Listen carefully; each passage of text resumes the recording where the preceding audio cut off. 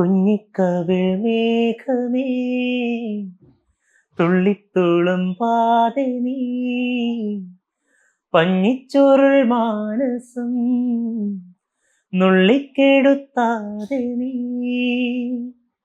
വെറുമൊരു തൂവൽ കൊണ്ടു മുറിയും ചെറുമൂല നോക്കൊണ്ടു വിളറും ഒരു നേർത്ത പൈതലിൻ്റെ മുഖമേ വിങ്ങിപ്പിടയാതെ നീ.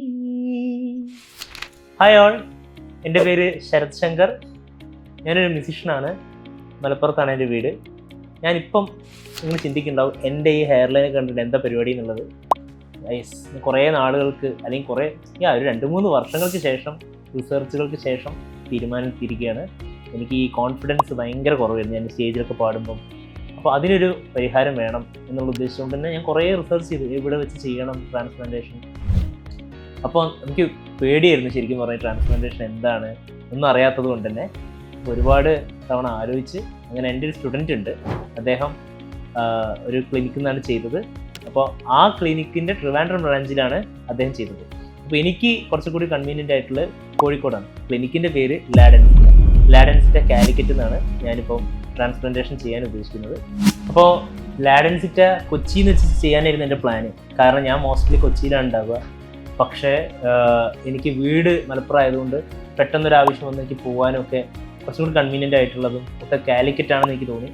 പിന്നെ കാലിക്കറ്റ് ബ്രാഞ്ച് കോൺടാക്ട് ചെയ്തപ്പം വളരെ ഹാപ്പി ആയിട്ടുള്ള കാര്യം അറിഞ്ഞത് എന്താ വെച്ചാൽ ലാഡൻസിൻ്റെ കൊച്ചിയിലുള്ള അതേ സ്റ്റാഫ് ഡോക്ടേഴ്സൊക്കെ നമുക്ക് സർജറിയുടെ ഇവിടെ വന്നിട്ട് നമുക്ക് വേണ്ടി അത് കൺവീനിയൻ്റ് ആക്കി തരും. അപ്പോൾ ഇവിടെ എന്താ ഞാൻ ഉദ്ദേശിക്കുന്നത് വെച്ചാൽ നമുക്ക് before surgery, after surgery, even during the surgery ഭയങ്കരമായിട്ട് നമ്മളെ കംഫർട്ടാക്കുന്നു. ശരിക്കും പറഞ്ഞാൽ എനിക്ക് ഭയങ്കര പേടി ഉണ്ടായിരുന്ന ഒരാളാണ് സർജറി എന്നൊക്കെ പറയുമ്പം. അത് ഒട്ടും പേടിക്കേണ്ട ഒരു ഭയങ്കര നിസ്സാരമായിട്ടൊരു കാര്യമാണ്. എന്നാൽ നമുക്ക് ആജീവനാന്തം നമുക്ക് ഭയങ്കര ഒരു കോൺഫിഡൻസ് തരുന്നൊരു കാര്യമാണ്. ഓക്കെ, അപ്പം ലാഡൻസിറ്റ കാലിക്കറ്റിൽ വന്നിട്ട് ഇവിടുത്തെ സ്റ്റാഫുകൾ ഡോക്ടേഴ്സിനൊക്കെ ആയിട്ട് സംസാരിച്ചു. I am very happy today. ഇപ്പോൾ സർജറി ഡേ ആണെന്ന്. അപ്പോൾ കുറച്ച് നീണ്ടൊരു പ്രോസസ്സാണ് എന്ന് വെച്ചാൽ അതൊരു അത്രയും ഡീറ്റെയിൽ ആയിട്ട് അവർ ശ്രദ്ധിച്ചിട്ടാണ് ചെയ്യുന്നത് ഓരോ കാര്യങ്ങളും. I am very satisfied. പിന്നെ നമ്മുടെ ഏതൊരു സർജറിക്ക് മുന്നേ നമുക്ക് അനസ്തീഷ്യ തരില്ല. ആ സമയത്ത് കുറച്ച് പെയിൻ ഉണ്ടായിരുന്നു. അനസ്തീഷ്യ പെയിൻഫുൾ ആയിരുന്നു കുറച്ച്. അല്ലാത്ത പക്ഷം വേറെ ഒരു വിഷയമില്ല. അത് തുടങ്ങിക്കഴിഞ്ഞാൽ പിന്നെ നമ്മളൊന്നും അറിയേണ്ട, പാട്ടൊക്കെ പാടി ഭയങ്കര ജോളിയായിരുന്നു ഇവിടെ എല്ലാവരും. So I am very happy. അപ്പോൾ കാണാം. Okay, see you, by.